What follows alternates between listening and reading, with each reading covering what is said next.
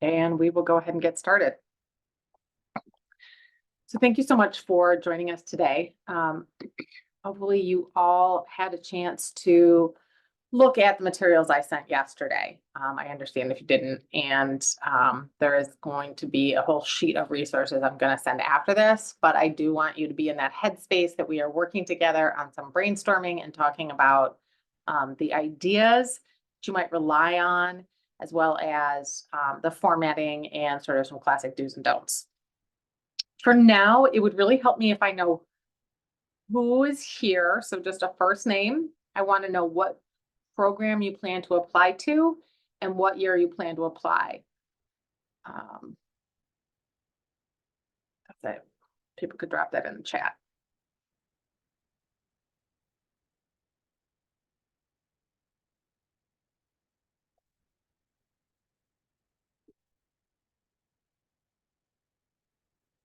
Thank you, Alid, for getting that started.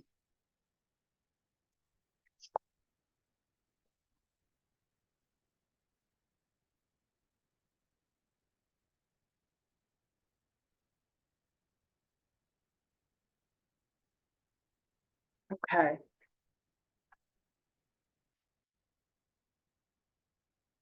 So it looks like mostly physicians and PAs. Oh, the other thing I would like to know, is anyone flying Canadian? Oh, wait, no, I don't need to know that for this. Never mind. That's a different workshop. Okay, this just helps a little bit to make sure I'm targeting the right topics in the presentation and spending more time on the things that are more relevant to you. If you have not done so, I would also like you to take a moment to grab something to write with.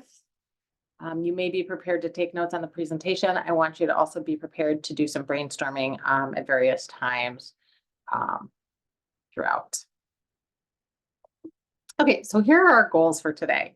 I want you to each come away with a clear understanding of what you want that personal statement to do for you. So what the goal is. We're going to start the writing process with some exercises. I want you to understand how to create a framework to shape your writing and share additional resources for things like further development of underlying ideas and assessment of your writing. So I think the most common question I get when I do this presentation is typically, what personal statements can I read? All right. And I think that in our experience as an advising team, doing your own brainstorming before you read too many personal statements is the best idea. And that's because I do not want you to read a couple of samples and then try to imitate or duplicate what you read, or somehow think that the things that you find online or in our sample applications here in the office are the way it has to be done. Okay. And I want you to know it is possible to get an interview without writing the absolute best personal statement ever. Okay. It does need to be a solid piece of writing. It needs to be cleanly edited. And ultimately, my biggest focus is that it needs to be in your own voice. So it needs to resonate with you and your experiences. There is a tool that we have recently created to help guide some of this conversation. I'm going to go ahead and drop it in the chat. You can link it from here. Like I said, I will also be sending resources later. So we, in partnership with the Wayne State University Writing Center, we've created a rubric that helps us guide our conversations with students and is sort of the framework for a lot of what we're going to talk about today. So what is the personal statement and how does it fit in the application process? I think the first thing to know is it's not always called the personal statement. Sometimes it might be called personal comments. Most of the applications do not use a guiding statement. They may have some framework in the application instructions, should you open the application instructions, but there's not a right or wrong way to do this, okay? What you are trying to do is to communicate with schools about your why. Help them understand your motivation or your fit for the profession. It's a chance to get to know, for schools to get to know you beyond those grades and activities that take up the majority of the application pages. And it can be the final piece that helps schools decide who they want to interview. It's not always. Like I said, you don't have to have the perfect standout personal statement to get that interview, but sometimes it is the personal statement that might tip things in your favor. It's important to note that essay length varies by application and that every count includes punctuation and spaces. All right. I am going to add those in here just for reference. So this shows you the AMCAS. So the American Medical College application system for MDs. That's a 5,300 character count essay. If you are applying MD PhD, there are additional essays that you will have to write that are longer. I think they're 10,000 characters each. AACOMAS, so the DO application, requires a 5,300 character essay. AADSAS, the max is 4,500 and CASPA is at 5,000. It is important to know all of these character counts include punctuation and spaces. You will get to the point where you're spending a lot of time using that tool on your word processing program to do that count. None of these application systems have indents. So as you think about these characters, you need to spend some characters creating paragraphing for your reader, okay? Because you will not have access to an indent or any other special characters or fonts. So no bold, no italics. Standard punctuation, standard alphanumeric keyboard, other than that. Okay. The other thing I'm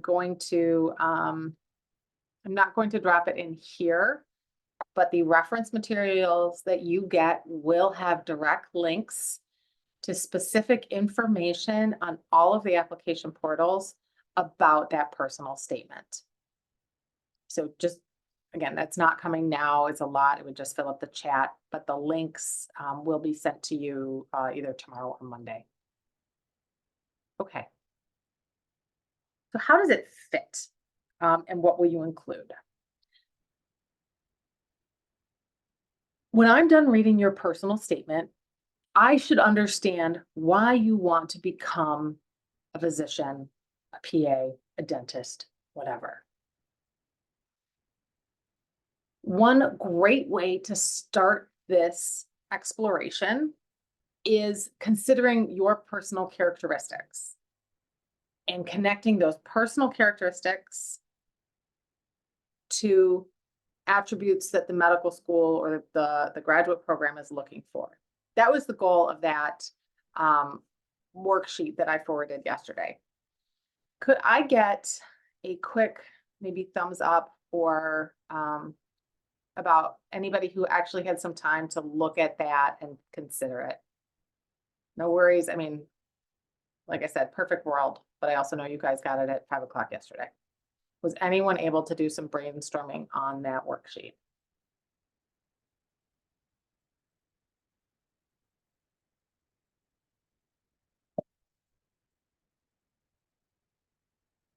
Okay, Evan, I appreciate the no. At least that means that I know you can hear me. Okay, and that's fine.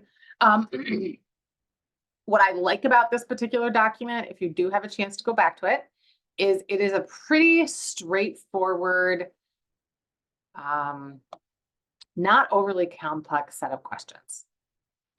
And here's what it looks like.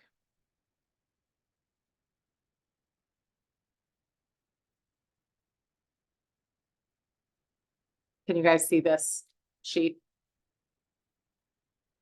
Yes. Great, thank you, Melinda. Many of the worksheets that I'm going to be referencing tonight come from the University of California, Santa Barbara School. They have a phenomenal personal statement section on their website. So we've you know, borrowed a lot of that, so you know where it's going to come from. And if you get, when you see that our links include a link to UC Santa Barbara, that's why, because it is an excellent resource. This is one of the documents that they have shared there. Using this model to brainstorm kind of connects to the competencies model. If you've had an appointment with us in the last year or two, you know that as an advising team, we talk a lot about the competencies that professional programs are looking for in their candidates. So identifying those personal characteristics can be a great way. Yes, I can definitely do that. And like I said, these will come later in an email. But there's the link to this one. This is a way to approach that from the competency standpoint. I think this is good prep for multiple aspects of the application. It definitely can help you in brainstorming the personal statement, but it can also help you consider elements that you believe your work and activities have developed within you that maybe you want to comment on in the work and activities section. And it's also useful for interview prep, because again, we're really talking about what are those qualities you've developed during your time throughout your undergraduate years. Why should they matter, or why will they make you a better candidate either to be successful in the program or to be successful in your field? So that's a great starting one. All right. So, you know, hopefully we'll get a little more interactive as we go. But these can also do, the personal statement will also do things like highlight unique aspects of your journey. So there are things that make you different from a typical quote unquote candidate. You can use a personal statement to express that. It can be used to frame your interests and values, those that connects with what we were just looking at, those personal characteristics. Many personal statements are going to include what we would call a pivotal moment. So maybe you are one of those individuals who had that light bulb moment of, aha, this is really what I want to do with my life.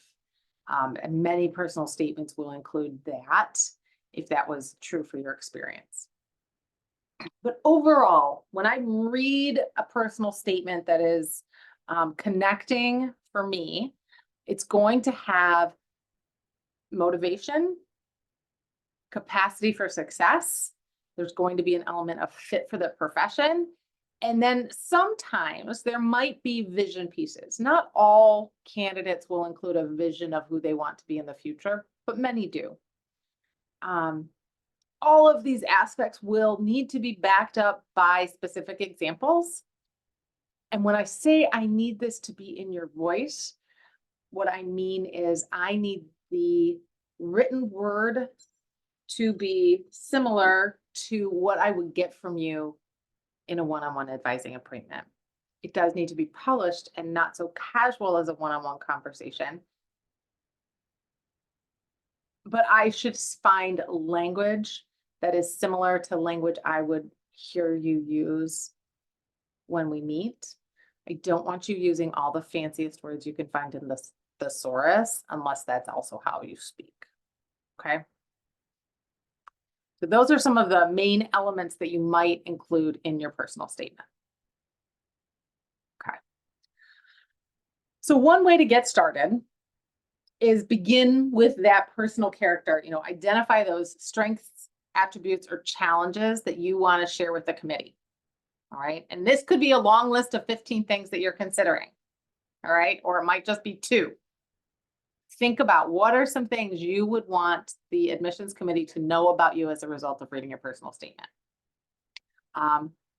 Once you've identified what those strengths, attributes, or challenges are, I want you to think about specific examples that illustrate what you've included in your list. That is an important step that is going to help us move from the telling to the showing. I'm sure you all had high school English teachers who talked about show, don't tell, right? So coming up with those specific examples is how we accomplish that. after this brainstorming process, you are gonna write an extra rough draft.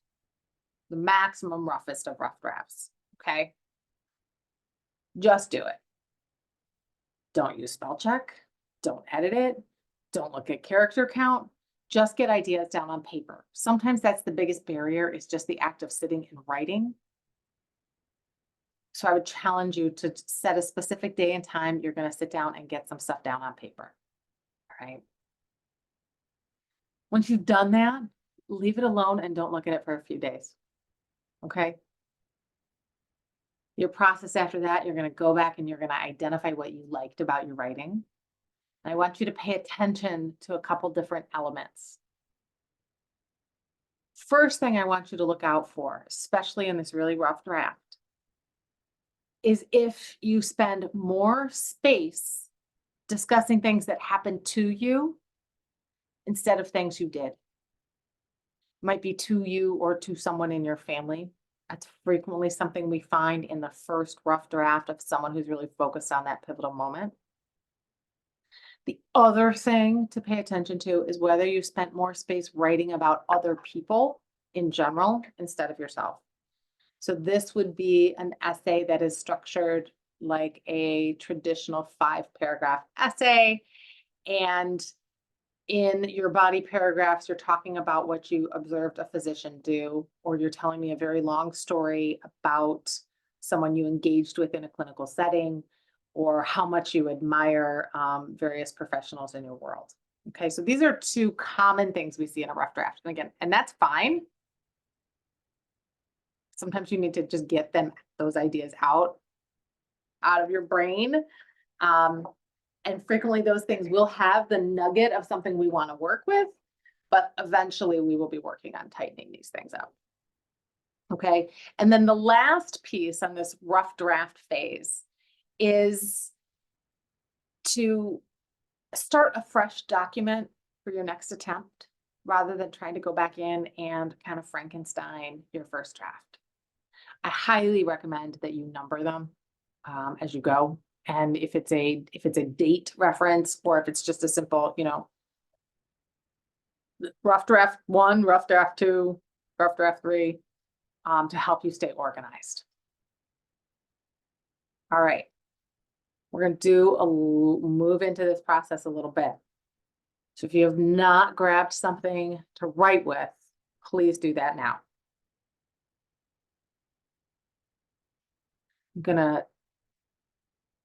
I have a series of questions here that are great prompts to help you consider some of these things that we just talked about, including in the rough draft. I will drop them in the chat as well if you just want to copy and paste.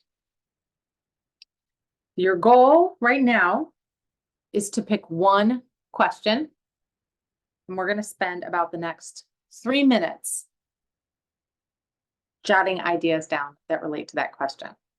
Okay, so my timer is going. Any questions before we do this?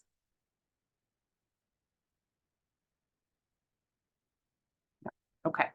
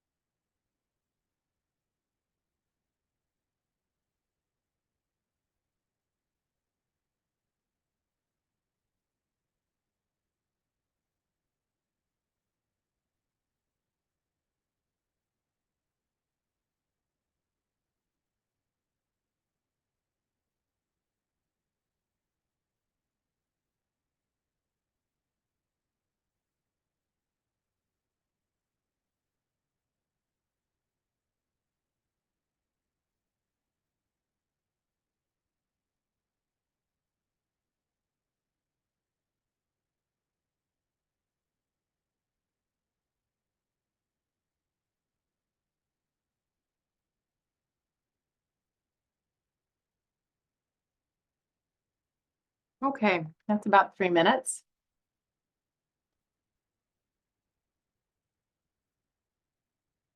How did that go? Any thoughts on that exercise or that process? Anybody interested in sharing?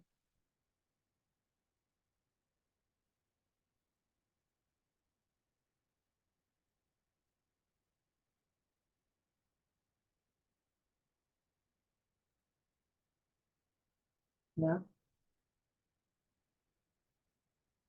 Did people find it uncomfortable?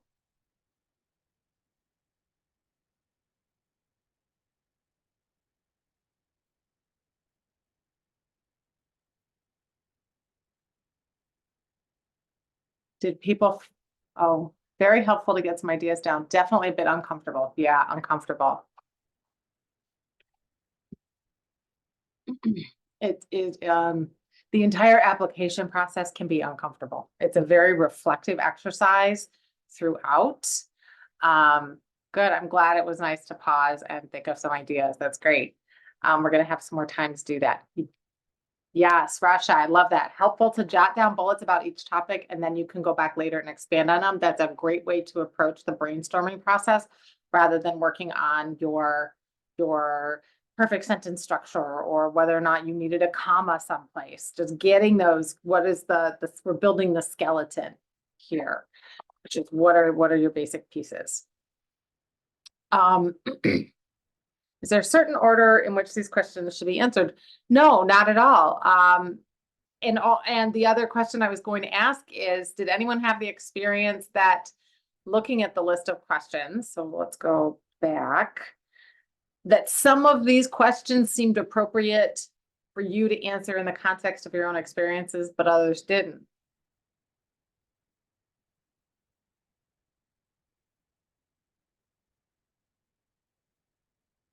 Yeah. So, and that's okay, right? Because you all have different experiences. Some of you have gaps in your academic record. Some of you don't. Some people have a very, unusual life circumstance that is useful to explore in a personal statement. Other people come from are pretty vanilla. So pretty plain, and that is okay. So there's nothing that says that all of these prompts we're going to go through, or all these exercises that we're going to go through, are going to resonate for you. So rather than worrying about, is there a right way to do it, I want you to connect, to come back to, as you go through this, as this exercise helping me express my why, or help me express my fit, my motivation, right? Those things that this needs to contain. Okay. You may need to use a couple different exercises before you're ready to really write the personal statement. And again, that's fine. That's why we encourage you to start it early, so that you've got time to really make sure that the product you produce is a solid piece of work and not something that has just kind of been thrown together in 2 weeks. So after brainstorming, most students will follow one of two structures. Okay. The first one is sort of an anecdote, or that pivotal moment paragraph, followed by several body paragraphs that maybe trace the growth and development as a result of that pivotal moment, and then some conclusion paragraph tying it all together. Okay. And then the other model would be a much more traditional 5-paragraph essay with an intro paragraph that ends in a thesis, 3 to 4 body paragraphs, and a conclusion. Okay. That is a completely acceptable way to approach this. And in fact, a couple of the resources I'm going to share take that approach, and that's fine. I think this connects a little bit to the question that you asked in the chat, Waleed. Are hooks important with PA statements? You're going to see out there all the time that, if you're on Reddit, if you're on somebody's personal statement, advice website, that you have to start your personal statement with a hook. And I would argue that taking that approach, unless you are someone who naturally finds expression through writing easy, focusing on the idea that you have to have a hook can lead to bad writing. Okay. And I will talk about what that means in a couple minutes. Okay. So the next two tools that I'm going to drop, the next two things I'm going to drop in here are resources for brainstorming more towards that traditional 5-paragraph essay model. The first one is, well, again, they're both from UCSB, different ways to approach it. Take a look at each one, see if one connects with your skill set and with questions that you want to answer in the context of this exercise. Okay. All right, some do's and don'ts. All right, so we've talked a lot about the brainstorming process and how to start, how to get some ideas down on paper, using exercises, using unstructured formatting where you're not caring about spelling, you're not caring about whether or not you've written incomplete sentences, you're not caring about character count. Once you've got the ideas there and the evidence for those ideas, the supporting arguments for those ideas, we can get you down to character count, no problem. Okay, that's the easy part. Okay. So some things I do want you to do. I definitely want you to remember that this is a formal piece of writing. We're going to use standard written English, standard white English, within the context of this essay. Even though it is a personal statement and it's about you and your journey, I still need you to approach this as a professional piece of writing. Okay. I want you to write your drafts in a program like Word or Google Docs. Biggest mistake every year, we got some people who are trying to compose within the context of the application, which is not very flexible, does not lend itself to editing. Use Word. Google Docs is even better, especially if you want to get feedback from someone on our team. Is much easier to share for mutual commenting than Word is, but you do you.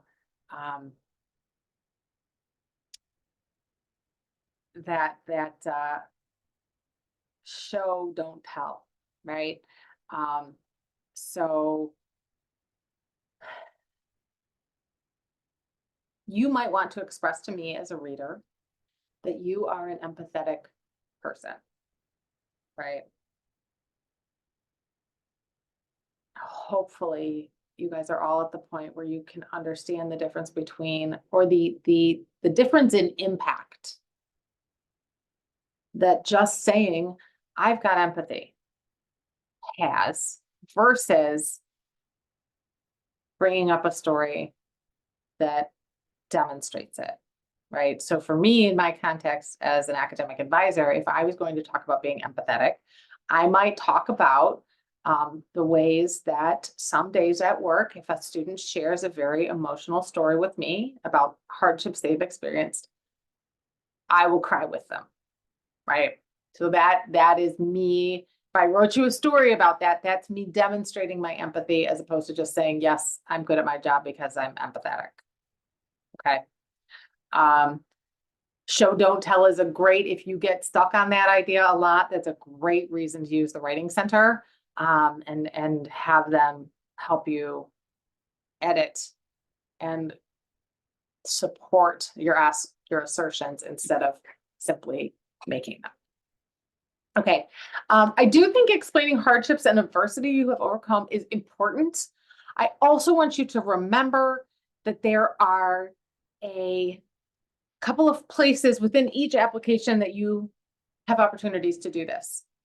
So first one, in the MD application, there is something called and I put it in here, but I dropped it a little bit lower. There is something called the other impactful experiences section. You might write that down. Other impactful experiences. This used to be called the disadvantaged essay, but they've tried to broaden that out and make it less negative. That is a place where you have another opportunity to share some hardships or adversity. I'm a big proponent of not repeating things from space to space. So as you think about your strategy using your characters, you might decide that, yes, there's some impactful stuff you want to share, but you're going to put it in this other section of the application and keep it out of your personal statement. Okay. The other thing to know is that so that's the MD application specifically. The DO application and any other application that's overseen by a company called Liaison. So that would include dental applications, that includes CASPA, and there are others as well, physical therapy, pharmacy, have this common application. What they have included as a standard question in the last 4 years is a COVID impact statement. I do think we're moving further away from that in terms of talking about academic challenges, but if there were maybe financial challenges that you and your family have experienced as a result of COVID, you could put them in there. If you had experienced a lot of loss as a result of COVID, and that has sort of impacted your trajectory, that could go in the COVID impact statement if you did not want to include it in your personal statement. I think another thing to throw out right here is that your personal statement can be lifespan, as opposed to other parts of the application, the work and activities section, that is more narrow and should be focused on things that have happened since you graduated high school. Okay. So this is, if you really want to talk about something that happened to you when you were 7, that's going to go into your personal statement, not your work and activities. Okay. We're going to move on to the do's and don'ts. Don't use cliches. Don't use hyperbole. What do I mean by that? So I read a personal statement sample yesterday that talked about being, truly passionate for, now I'm gonna want to remember what it actually said. There was just some very cliched language. So language that AI might generate easily, a language that you will see in different, it's just the kind of thing you're like, yes, this is an example. Let's see here. Let me grab this.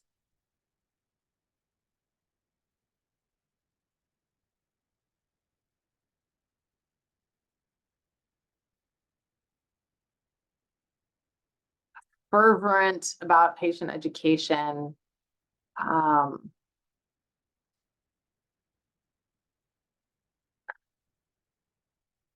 Saying that you want to help people. Oh, here we go. Here's one. An insatiable thirst for knowledge, right? So I want to be a physician because I have a thirst for knowledge. That would be an example of a cliche that comes up in writing all the time in these personal statements.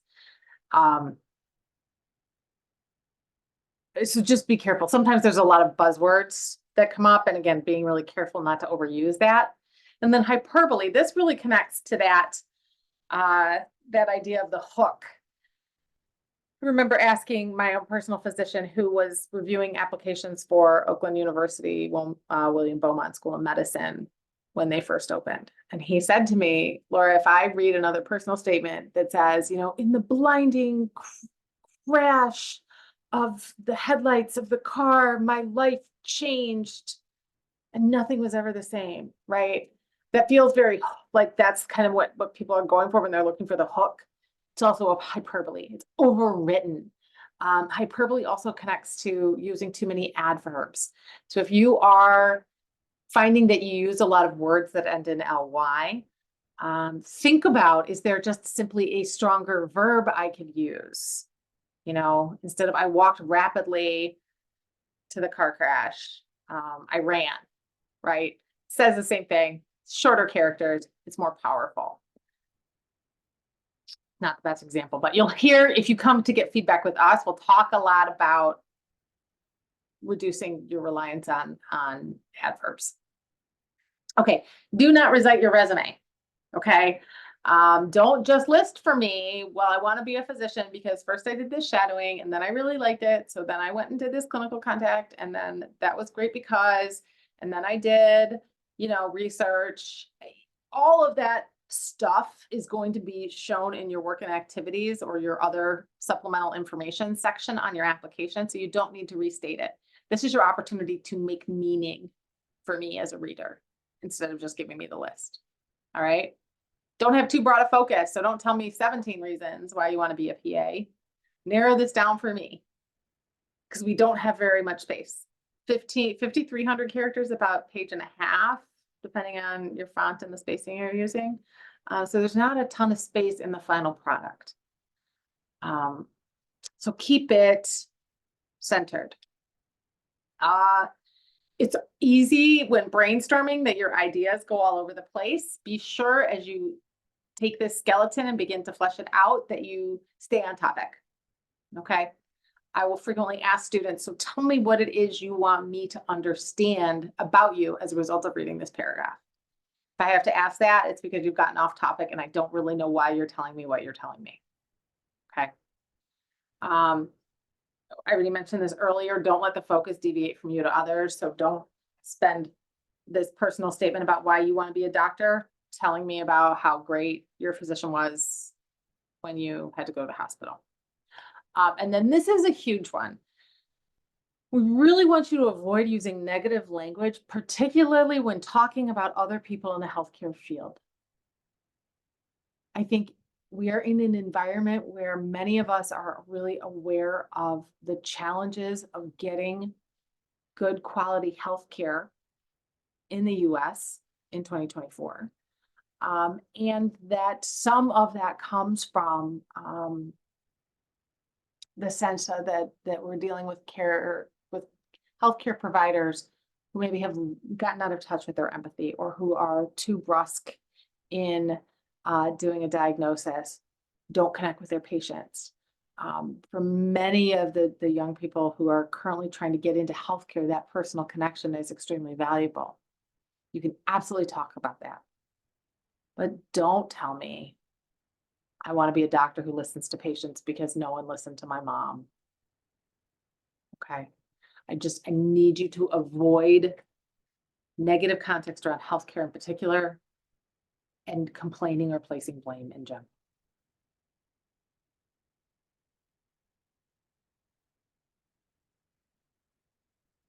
All right. You've done your brainstorming.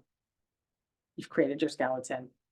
You've come up with the aspects of your personal journey that you want to highlight, and you've identified ways to integrate specific evidence or specific anecdotes that illustrate what you're talking about. So what are your final steps? Every single person should be getting feedback. Okay. Feedback should come from two places. 1 to 2 people who know you well to see if the essay sounds like you, right? One piece of advice I've seen, could your mom, if there was no name on 10 personal statement applications, could your mom pick out the one you wrote because it sounds like you? All right. So that's one set of writers. And then 1 to 2 people who are excellent writers and editors and possibly know you less well. So where will you find these people? We've definitely had students use their writing professors, if maybe from English 1010 or intermediate composition. Those people can be very helpful with this process. I would also really encourage you to look at the English Writing Center here in the library on the 2nd floor. They've got a great team of people who can help you at a variety of steps in this process. I think it's important to understand that they want to be collaborative with you. They are not simply going to spell check this. If you just want something to spell check or check your grammar, run it through Grammarly or another AI program. If you want to learn to become a better writer, if you want help in sharpening your skills, the English Writing Center is a phenomenal resource on campus that's already paid for. They're here in the undergrad library on the 2nd floor. They have both remote and in-person appointments for either 30 minutes or an hour. They'll meet with you a couple times a week. And they also have a copy of the rubric. So if you tell them you're up there to work on a personal statement for medical, dental, PA, they are using the same guiding document that we are. And then us, your pre-health advisors will work with you on your personal statement. Okay, so you've gotten some feedback. Oh, I think the other piece I want to say about that, sometimes people will decide that getting everybody to read it's a good idea. And I think you lose some of the focus. Sometimes things, if everybody's looking at it and giving you feedback on it, you might find that it's getting kind of Frankenstein-y, like kind of choppy. I've definitely had that happen. Okay, now you need to enter it in your application. All right. There's two ways you can do this. You can retype it, which is fine.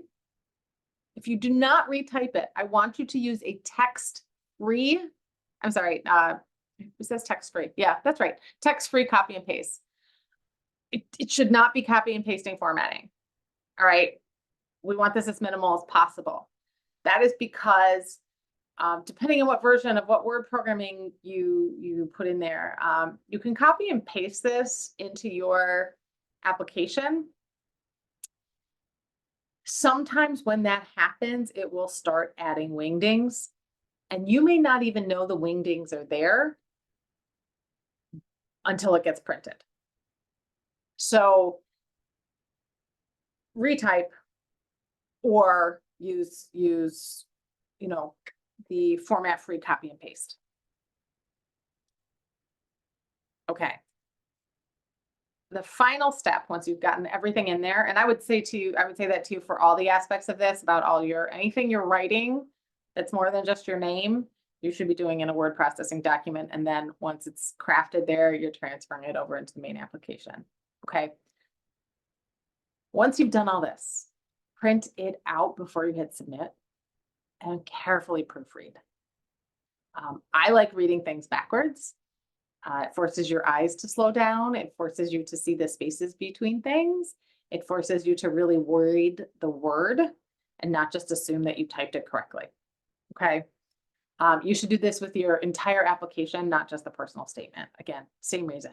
This is you showing a graduate program that you are an excellent candidate. Excellent candidates submit things that are nearly error-free, not with a lot of mistakes in it. Okay. I already shared one resource for assessing your writing in that final product, which was the rubric at the beginning. And I'm going to drop in another one again from UCSB. No, this one's from Florida State, actually, which I think it's kind of a nice checklist on one side of this article. So the question, do you have to make an appointment online for that writing center? Yes, you do. You do have to create an account. It's like, I mean, I did it without any problem. So I would say it's almost immediate proof. Like you're putting in a name and a password. Once you've done that, you can access their schedule, and you can select in person or remote. The one thing I would say about them, just so you know, is that they, like most support resources on this campus, they do not offer their services at the semester change. So again, another reason to get this done early is because you have full access to them. As finals come up, they will stop offering hours, and then usually it's a couple of weeks into the new semester that things like tutoring and writing support are available again. And that is the time frame when many of these applications are going live for editing. So if you've got your personal statement all done beforehand, you don't have to worry about that at all. Okay, more help. If you do want to read a personal statement, we have multiple applications here in the office that were de-identified and can be shared with future candidates. Some of our alum have been gracious enough to share those with us. Every single application we have is a successful candidate, and we have examples from like that personal statement that you're going to remember forever to, a solid personal statement, right? That did what it did the job. It communicated clearly, efficiently, solidly written without being a rock star, but this person still got in. Okay. So we've got a variety of those if you want to look at them. I'm sure you can also find them online. Again, I have a hard time sometimes with people posting their things on the internet. Because as a consumer of that information, you don't know how valid it is. I can tell you every application I have is a student who attended Wayne State for undergrad and got into a program of choice. I don't know that you can necessarily 100% trust that in terms of what you're finding online. Like I said, the Writing Center, the UCSB website. And then if you want to just sort of look at reflective writing sites, there's two that are useful. One is from the AAMC. Even though it is med focused, I think it is applicable to other professions. And that is the AAMC blog. And it's from the student resident side. So it's not the admissions team side, but it is the student facing side of that website. And then there's something called Pulse Voices, which again, I think is another good way to read some reflective writing if you kind of want to get in that headspace once you've done some brainstorming. If you want to meet with us, you can find us on stars.wayne.edu. If you've never used STARS to schedule with us, know that we are found. You're going to use the first drop-down option within STARS, which is supplemental advising, and then pre-med and health science center. And then you're going to select your week and go from there. If you do choose to do that, please put in your comment that you want to meet to review your personal statement. And please email us that personal statement ahead of time. We won't necessarily have to have time to do a big review before you get to us, but we won't have to spend 7 minutes out of 30 waiting for you, dealing with technology. Okay, we want those in hand ahead of time. Our goal, oh, and also, by the way, you can't just email it to me and say, hey, Laura, will you read this and give me feedback? No, we need half an hour. I want to read it. I want to ask you questions that I get answered in real time so that we can get a sense of, you can get a sense of what I'm pushing for. I can get clarification on what I'm not understanding. It's just a much more effective use of time. Also, would not have the time in a day just to read personal statements. I would never, I couldn't do it and also see students. I can't just do it between appointments. Our goal is to do a maximum of 2 reviews. These reviews tend to be the most useful both early in the application or early in the writing process, where we can give you feedback on your ideas, talk about, what's working, what's not working. And then later when it's mostly done. There are right now, there's about two total people working with pre-med and health science center students who are going to grad programs. Not a lot of us to a lot of you. So we really want to maximize that so that we've got availability to help as many students as possible in the cycle. Okay, there is a reference here just to have a sense of some of the other places that we got some resources. Like I said, that University of California, Santa Barbara has a terrific pre-health personal statement section.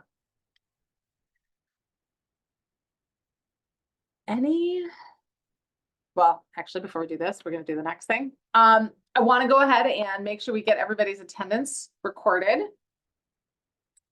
This is, if you can QR code, I will also grab this QR code and put it into the chat in case you're joining from your phone. Give me a sec on that one.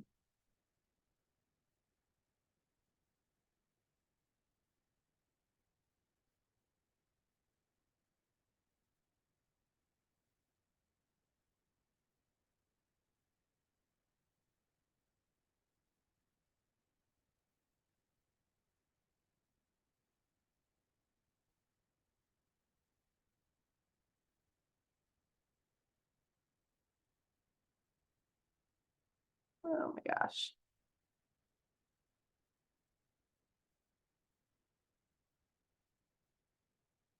Too many of these that are all named the same thing.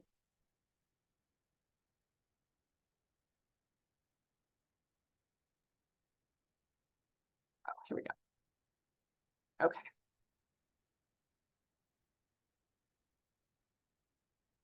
you aren't able to access it, there is a link to the form. I'm gonna give that about 90 seconds.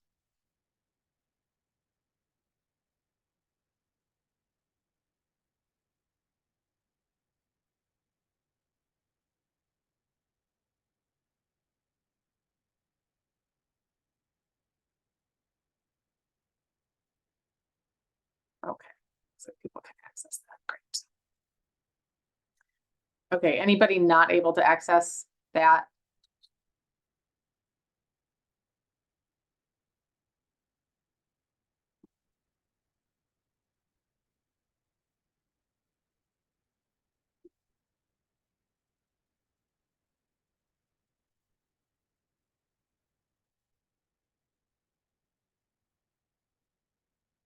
It looks like a couple of you have not filled that out, but if you would be sure to do that before you're done for the night, I'd really appreciate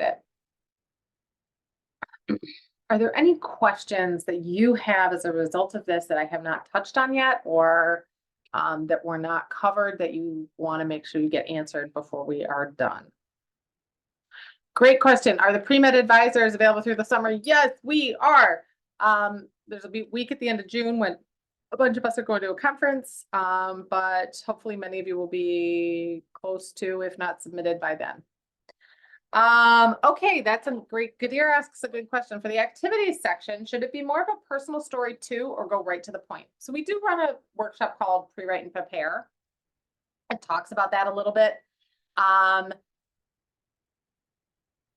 The sort of standard formula for work and activities is going to be it's a 2 to 3 sentences that tell me a little about the location and a little about the tasks you were doing. And then if you've still got space, 1 to 2 sentences of takeaway, which might be a little bit of a personal story. In the MD application, you get 700 characters for the majority of your sections. It's not a lot of space. And then the DO and PA and dental applications, you only get 600 characters. So again, not a lot of space to tell me stuff. So it has to really do the job of, I do need to understand the context of what you were doing in that space. And if you've got the characters to tell me why I should care, that's useful.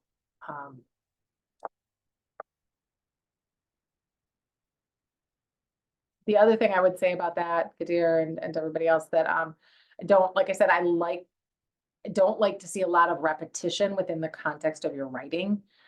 You have so few characters to write with, really. So that if you're really focusing on something in your work and activities, I would not want to see a huge mention of it or the same context around that particular engagement activity in your personal statement. I want each piece of writing to add a little bit of nuance to this picture I'm building of you as a candidate. Does that make sense? Yeah, great.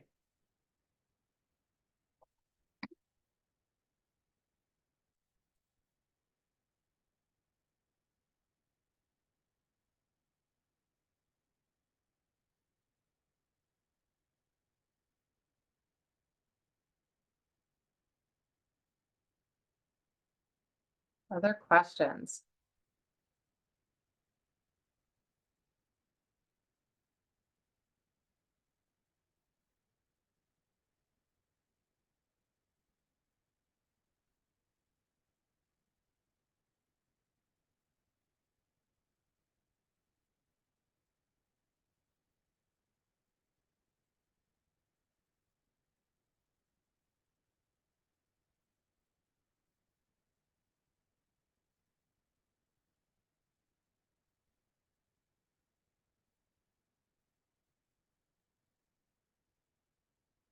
Okay, seems like everybody has had a chance to ask some questions. Oh, should we make an appointment with a pre-health advisor only after we've written the first initial rough draft? Thank you, Mia. I think that's up to you. I think that some students want a little more support a little earlier in the brainstorming process, and other students get kind of the guts of a rough draft together. What I like about seeing you again, more like 2 times, maybe 3 to work on your personal statement is if it's really hard if a student has something they've worked on really, really hard and they feel like it's done, and I can tell it's not doing the job it needs to do, but they've spent a lot of time polishing it. Or maybe it's really focused on those negative pieces that I would rather that you focus on the positives of what you're going to. So having to give that feedback at the end of the process is really challenging. That's why it's nice to have an early conversation about it. But I also, we don't have enough availability to meet with everybody 7 times. So I would say, it's either that early appointment is frequently either somebody's stuck and they've got 7 ideas and they don't know which way to go, or somebody's kind of got the beginnings of that skeleton in there and they need some shaping. Maybe they've done that first draft. So it's not an awesome answer. It's not super cut and dry, just like everything else. We kind of live in the gray space, but we will also probably spend time in an appointment about the personal statement, talking about other aspects of your application too. So hopefully that helps.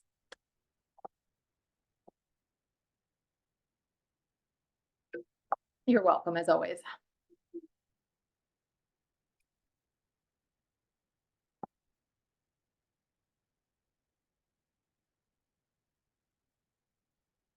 All right. I want to thank you all for joining me tonight. Hopefully this was helpful. Like I said, watch in the next day or 2 for a master list with all of the resources that we utilized in this session together. And please, we really want to support you through this journey. We know what a difference the writing can make in terms of communicating who you are, and we want to help you.